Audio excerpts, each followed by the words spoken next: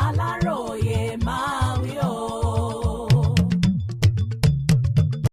Sunday Ìgbòho kọ lẹ́tà sí gómìnà Mákindé lọ́yọ̀ọ́ èyí lohun tí mo fẹ́ ṣe tẹ́ ẹ bá gbà mí láàyè.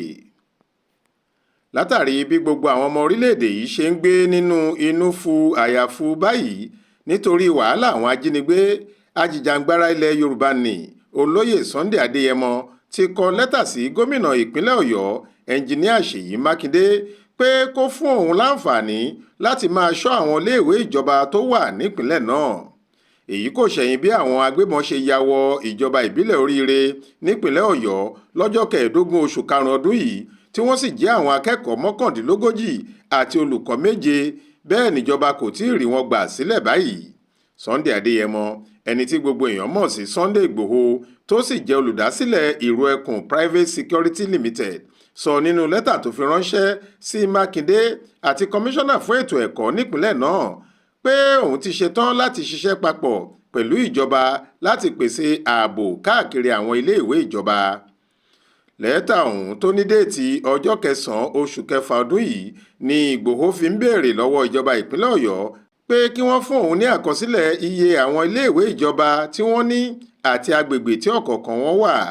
Gẹ́gẹ́ bó ṣe kọ sínú lẹ́tà náà, à ń gbèrò níléeṣẹ́ ètò ààbò ti Ìró Ẹkùn Security Network láti rí i pé àwọn akọ́ṣẹ́mọṣẹ́ wa méjì wà ní àwọn iléèwé tó jẹ́ tìjọba káàkiri ìpínlẹ̀ Ọ̀yọ́.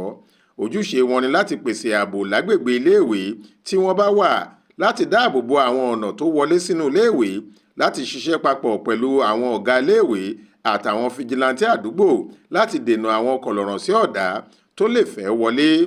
Gẹ́gẹ́ bí lẹ́tà tí Ìgbòho fúnra rẹ̀ fọwọ́ sí pẹ̀lú agbẹjọ́rò fún Ìró Ẹkùn Social Network Junaid A. Sanusi ọ̀hún ṣe sọ, ìgbésẹ̀ náà kò ṣẹ̀yìn ìpinnu wọn láti ṣiṣẹ́ papọ̀ pẹ̀lú ìjọba, àwọn orí adé àti ìlú láti lè fòpin sí ìṣẹ̀lẹ̀ ìjínigbé láàrin àwọn akẹ́kọ̀ọ́ àti olùkọ́.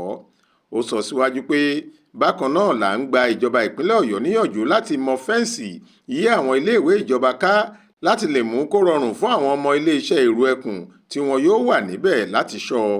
Ìgbòho gbóṣùbà fún ipa tí ìjọba àpapọ̀ àti tìjọba ìpínlẹ̀ Ọ̀yọ́ ń kó láti tú àwọn tó wà nígbèkùn àwọn agbébọn kalẹ̀, ṣùgbọ́n ó ní dídènà irúfẹ́ ìṣẹ̀lẹ̀ bẹ́ẹ̀ ṣe pàtàkì lásìkò yìí nítorí iléèwé gbọ́dọ̀ jẹ́ ibi tó ní ààbò tó péye, kì í ṣe ojúkò fún àwọn ajínigbé.